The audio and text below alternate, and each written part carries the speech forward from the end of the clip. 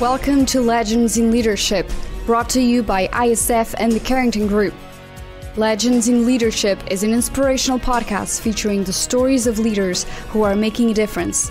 Our goal is to inspire you with the stories of leaders who come from humble beginnings, overcome challenges, and ultimately rise up to make a difference in people's lives. Hello, welcome to Legends in Leadership. This is your host, Jason Smith with the Carrington Group.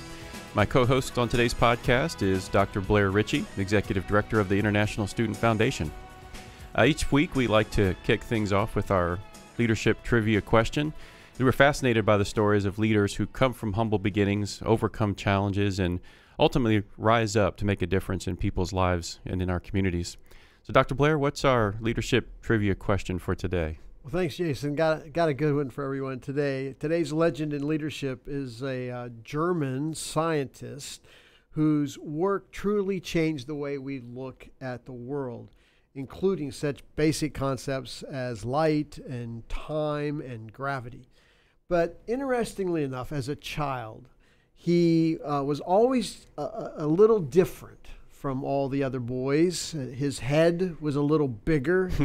He hardly spoke a word, and a housekeeper even labeled him as retarded. But by the age of 26, this retarded boy had earned a PhD and published important papers on such wonderful topics as the nature of light, mass energy equivalence, all sorts of wonderful things we all think about every day. He possessed a vivid imagination, a questioning mind, a tireless work ethic, and a resilient, positive attitude. This legend is remembered today, not for working years in a patent office, which he did, but for changing the way the world looks at the world. Do you know who this legend of leadership is? I'll be back at the end of the program with the answer. Oh, great. Thank you, Dr. Blair. Looking forward to that. Our guest today is Karen Vasquez O'Donnell, and she has a truly inspiring story of growing up, becoming the leader that she is today. She's the creative director and co-founder of Crazy Ventures, a provider of business coaching services to entrepreneurs. She's a co-author of Today's Inspired Latina, Volume 4, and is currently working on her own children's book series. Karen spent 15 years as a licensed physical therapist assistant after earning an associate's degree in applied science, and in 2013 obtained a second degree, a bachelor's of science in business administration. Karen is a native of El Salvador and had humble beginnings with a thirst for success. She currently lives in Coppell, Texas with her husband and 2 sons. She enjoys traveling with her family, learning about different cultures and ways of life. She believes that real-life experiences are essential to one's personal growth. So excited to welcome Karen O'Donnell to the show today. Thank you. Thank you for having me. I'm very honored that you invited me. Sure. Well, we do like to start with the beginnings. It seems like a natural place to start. So tell us a little bit about growing up in El Salvador. Well, El Salvador was very interesting and fun. It's a beautiful country.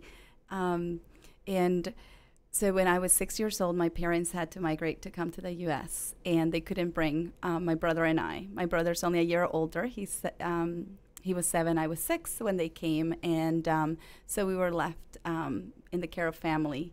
And we had a very interesting childhood because we didn't have indoor plumbing. So we had, one of our chores was to go fetch water at a river nearby, at a creek nearby, and we got to wash clothes in the river, bathe in the river. So we got a lot of interesting real-life experiences of what it was growing up someplace else. To us was normal. The public schools, we wore uniforms and we walked to school. It was amazing. I learned so much through those times.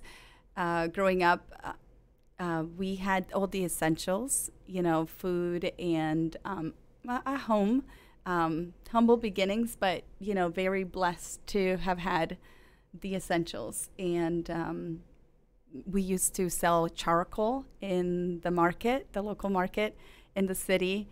I was about 5, and I would talk nonstop so I could get people to buy the charcoal, whether they, but they were either amused by me or maybe just annoyed. But, I would convince them. It worked either way, right? It worked. So a lot of small lessons that, have impacted my life, that have helped me now that I'm growing up. There were some difficult times, obviously, growing up without my parents, my mom especially, at that tender age. I've always been that child who would speak up when something wasn't right or fair, and therefore I would seem to get in trouble a lot because I would speak up, I would ask questions, I was very rambunctious and always seemed to take on a challenge. So when I missed my mom the most, I would run off to a mango tree. And as a child, you're trying to understand geography and trying to, your parents have gone to the U.S. Here I'm in El Salvador and trying to understand, but they didn't go by plane and, that young mind. So I used to climb this mango tree, and they were overlooked mountains, and I always used to wonder, like, if I ever get over to those mountains and what's behind them? What's on the other side? Yeah. Always that curiosity. And, like, is the U.S. there? You're trying to understand. I was still very young. And that curiosity always have served me well, because I would see, that curiosity of wanting to know more, learn more, has always helped. Sure.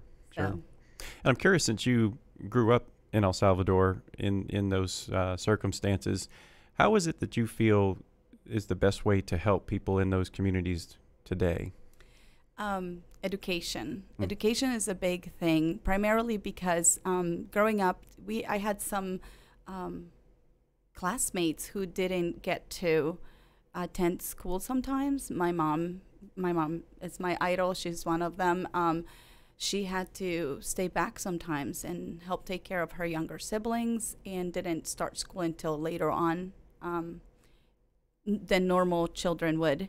And a lot of times these children have to help the parents work, and they have to be taken from school, and they may skip a year. I do remember during the coffee plantation times, the harvest lasts about 5 months, and some of the students would miss some months. They would disappear, and like, oh, where were you? Oh, well, we had to be helping the family harvest the coffee, and they would miss school. So much has improved, from when I grew up. But I still get to travel and visit remote schools where it doesn't seem like education is priority. Okay. So for me, I have such a bond, and including my grandparents, they didn't know how to read and write. My dad was the first to graduate high school. I was one of the first to graduate college. So each generation keeps improving, but there are still a lot of children out there where education doesn't seem to be priority, or they might not have access to it. So it's, I think that's the best way to teach them, to show them, to allow them to dream and be curious. Yeah. Well, So- I'm dying to know how you get to the U.S. and reunited with your parents. Yes. So 6 years went by. A lot had happened. A lot of difficulties, overcoming that. And my parents came back in 1992. And by that time, so I have a brother who's a year older. He's the one that has always stayed with me all my growing up years. And by the time my parents came back, I had a sister who was 2 years old. Oh, God. So I got to meet my sister when she was 2. So my parents came back, and we had to wait a year for our visas. So 1992 was the best year of my childhood because my mom came back. Yeah. I was allowed to be a child again. I didn't have the responsibilities that were put on to me with the previous people that we were living with.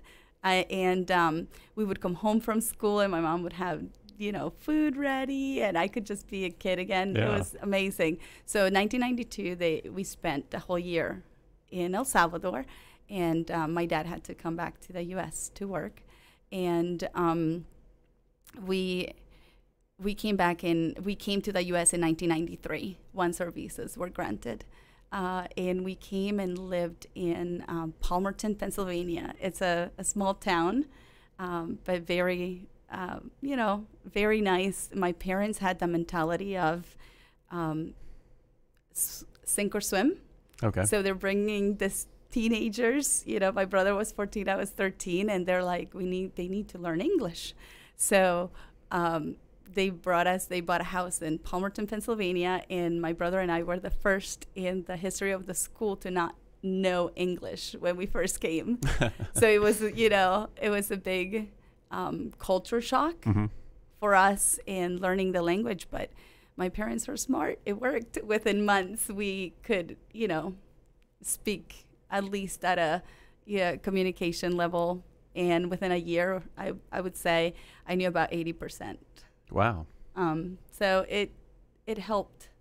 It helped a lot. And when you have no choice, and I watched a lot of TV, I'm able to mimic. So I watched Saved by the Bell. Oh, yeah. And which is very relatable to what I was going through, teenagers, high school. And I would watch it religiously, and I would memorize it to the point where I would memorize it. I still didn't know what many of the things I was saying, but I was able to repeat it. Mimicking is one way that I learned, and many people ask me, but your accent is not that strong. And I said, well, I would memorize the dialogue so much and repeat it so frequently that it helped. And that was one of my goals, is not to have a strong accent. So, yeah. Well, I'm curious how some of these experiences shaped what you are today in as a co-founder of Crazy Ventures, and what the purpose and mission is behind these travel experiences and coaching and leadership experiences.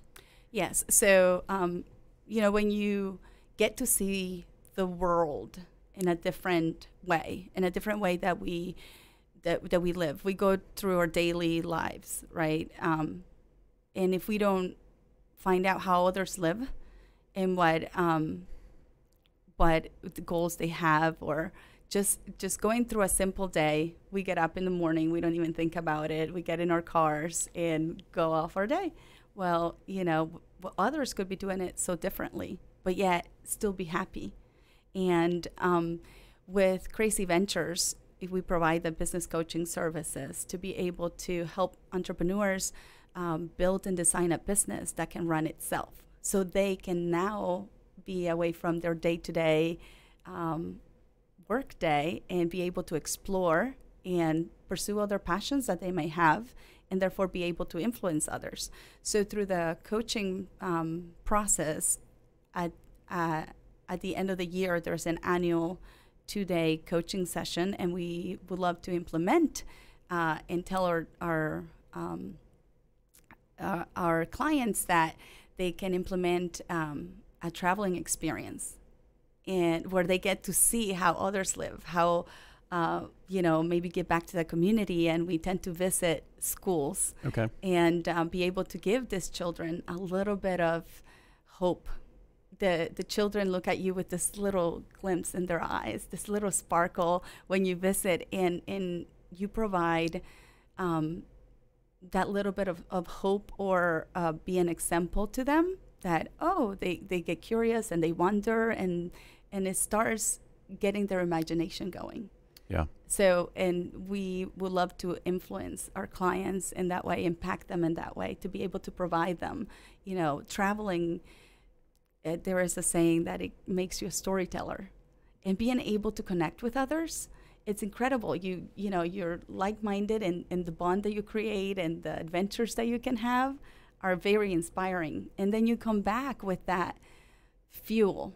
You're re-energized, and it stimulates the way you think. It changes. It gives you a little shift. And what do you think holds people back from taking their first steps towards these sort of travel experiences, broadening their horizons? What's holding them back from really taking advantage of those types of opportunities? Fear. A lot of times it's fear, and I could tell you that for myself, having had the opportunity to grow in this in an environment that I did in a developing country, and being fluent in that language and being fluent, the fluency in the culture, you know, even then, I'm a mom. And when we take these trips, we always go as a family. So you always, you know, worry about safety. The media sometimes does not help because right. it fuels that to us. And I think that's what prevents a lot of us, you know, and I include myself because I do a lot of research. I don't just go to these places without knowing. You have to be, one thing I teach my children is you have to be street smart, you know, and you just do a lot of research. And I'm able to make friends quite easily. And I have a lot of connections and local friends and people who are trustworthy that I know I take that upon myself, that I wouldn't just take anybody someplace where I wouldn't know, where someplace where I wouldn't be myself, where I have those contacts. So fear is what holds us back, many of us, you know, because we do go and enjoy the amenities of what traditional travel is like, you know, at a resort. But we always wander outside our boundaries. My husband and my children, we're able to do that. And with local contacts is how you get to explore that other side of traveling. So a Crazy Ventures experience is really about having fun, enjoying, while being able to experience the local culture. So not being maybe limited to that resort location, venturing outside of that and really seeing what is it that the locals experience. Yes, and primarily, and how can you apply that to yourself and to your business? You know, how can that change you as a person? Yeah. And how you can then come back and apply it, you know, in your personal life and your business, because that's how we grow. Because a lot of times we get complacent and we hit a plateau and we need that little boost or just something to kickstart us into something new. Yeah. And a lot of times it's just bonding with like-minded individuals. And, you know, and it doesn't necessarily have to be another country. There's so many different places even here within the U.S. that you can have that experience with, you know. Go skydiving. That would surely, you know, you can do that here. And so it's just a matter of trying something new, getting out of your comfort zone. Yeah. So there's always people in our lives who are dream bashers, who knock us down and lower us, and then there are dream builders. Yes. And you're one of those, obviously. So have you always been that way, or how did you become such a positive dream builder type of a person? I've always been so curious, you know, in a good way, and stubborn. And the one thing I've now analyze about my life is I would see things. I'm a very visual person. So my parents, when they came from the U.S., they brought back this album, and the cover of the album has this windy road that appears to not have an end and is lined with these pine trees. So in my head, I'm like, as a child, you know, very naively would think, oh, do all the roads are like that in the U.S.? And where is that windy road? Where does it lead? And that curiosity. And sometimes it still happens to me. I may be driving to the same place, and I'm a very habit-forming person, and I only go the same way. But then there's always that road. They're like, well, where does it lead? You know, so since very young, I've always been triggered by seeing things. So growing up, I used to watch the Flintstones. And this is, again, this very little naive, you know, child in El Salvador watching the Flintstones. And they used to bowl. That Fred Flintstone's his favorite sport, right? Bowling. So I always used to wonder, like, what is it like to go bowling? So when I came to the U.S., obviously, that was one of the first things I wanted to do. I wanted to go bowling, you know. Then while in the U.S., I used to watch a lot of TV. Mainly because it would inspire me. So I saw somebody skydiving. So I wanted to go skydiving. I said, one day I will go skydiving, you know. Somebody was taking a road trip and they went through Devil's Tower. I saw Devil's Tower. So I figured, you know, I want to go there one day. And my children's inspirational book series are that. I want to be able to create, based on our adventures, be able to create these images of places that we've been. And if I can take those books to those children in these developing countries and show them those pictures and be able to trigger and spark that curiosity and, to dream big. That's my goal. That's what I would love to do. Well, I'm curious about who you look to as inspirational or motivational, or who helps you continue to build yourself up as a leader, an author, a speaker, or a coach, or a public figure. Yes. My parents, hand down, especially my mom. She's my idol. She's very strong. She has worked very hard all her life, and she's just an amazing person. So I look up to her a lot. She achieved her goals, and her goals was to give us, the opportunity to have an education, the opportunity to have the life that we now enjoy. Right. Yeah. Well, the last question we like to ask each of our guests is just to share with us a book that has inspired you from a leadership perspective, and what is a nugget that you took away from that book that just helps you continue to grow and be the leader. Yes. The Last Lecture by Randy Pausch. It's a very inspirational book. He was diagnosed with pancreatic cancer and passed away, but he left this incredible book to share his life and the last months of his lives, and to inspire us to live it to the fullest, because we never know when it's our time to go. So just take risks, take chances, live it to the fullest. And I apply that especially as a mom for my children, to want to not be as serious and kind of let them enjoy life. And it's definitely a very inspirational book that I recommend. If you want to just spark some type of feeling of wanting to, get out of your plateau and, go out there and enjoy an adventure and live life to the fullest. Yeah, and sort of avoiding that sense of regret in the future, certainly. And it sometimes I think it takes a tragedy, someone passing maybe too soon, for us to take stock and realize what's really important, and how we become leaders amongst ourselves. Exactly. It's just we need that inspiration. Right. So who we surround ourselves with, it's critical. You want to be with like-minded individuals that support you, that inspired you. Yeah. Well, it's been a real pleasure to have you with us here today. I appreciate you making time to share some of your stories and some of your insights about leadership. Thank you. Thank you for having me. Yeah. Well, Dr. Blair, we'll throw it back over to you for our leadership trivia answer. Be glad to. And before I do that, I want to echo thanks to Karen. You're a breath of fresh air, girl. And I just love your perspective on life, and it's contagious. And I'm a better person because of today. So thank you for sharing your story. Yeah, our answer to this legend in leadership, some thought he was a little bit retarded, but he turned out pretty smart, I think. Albert Einstein is the answer to this one. So Albert Einstein is our legend in leadership answer today. Yeah.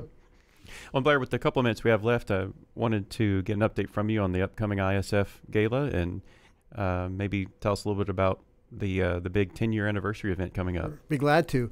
ISF has this wonderful vision of coming alongside of foster care youth as they age out, and they have this dream of a college education, and we provide scholarships, mentors, and leadership development. What's really cool, Karen's one of our new mentors as well, so she's actually inspiring ISF students with her leadership as well.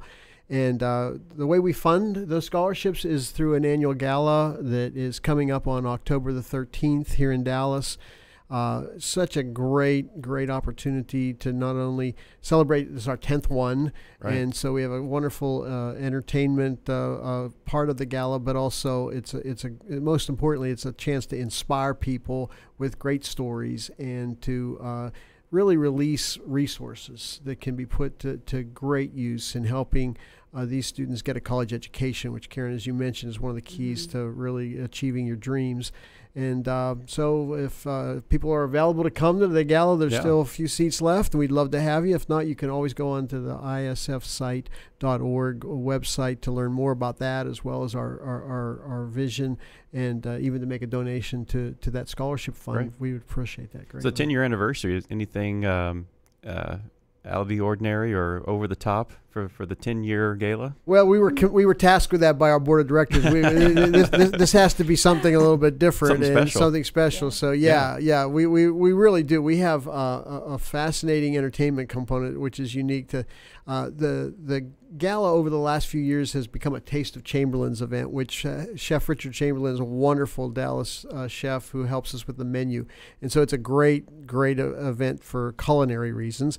But this year we have two entertainers. We're giving a Community Impact Award to a young man in Plano who is an American Idol finalist, Ron Boltinguez, and Ron is a great singer. He's going to be singing a couple of his songs that are great. And then we also have Jason Bishop as our key entertainer. Jason Bishop travels the world really with his wonderful illusionist. He's a magician illusionist, and it's really a great show. What's interesting is both Ron and Jason were foster kids. And they grew up in the foster care system, and they overcame all those obstacles that come with that to become world-class entertainers. And that's kind of fits the ISF mission. You know, these kids have to overcome so many obstacles. Sure. And they are doing that. So it's going to be a great night, and we're excited about celebrating 10 years of ISF galas. Yeah, well, I'm looking forward. I'm definitely going to attend myself. And as you said, if people wanted to learn more or maybe purchase some of the few remaining tickets, what was the website? Go to our ISF site, which is isfsite.org/events, and you'll find the gala all over it. Oh, great. Yeah. Thank you, Dr. Blair. Well, folks, on behalf of myself and Dr. Blair of ISF, I want to thank you for tuning into this podcast today. Special thanks to our guest, Karen, for sharing some of her stories and visions of leadership. Remember this: if your actions inspire others to dream more, learn more, do more, and become more, then you are a leader. Legends in Leadership is brought to you by ISF and Carrington Group. ISF is committed to leadership development for aged-out foster care and orphan youth. ISF's mission is to transform these youth into tomorrow's leaders with scholarships, mentoring, and leadership training. Google International Student Foundation to learn more. Carrington Group is a family office with a passion for helping business leaders and their families make smart choices and fulfill their highest aspirations. Google Carrington Group Dallas, Texas to learn more. Securities offered through Regulus Advisors, LLC. Member FINRA/SIPC. Investment advisory services offered through Regal Investment Advisors, LLC, an SEC-registered investment advisor. Regulus Advisors and Regal Investment Advisors are affiliated entities. Carrington Group and this broadcast are independent of Regulus Advisors and Regal Investment Advisors.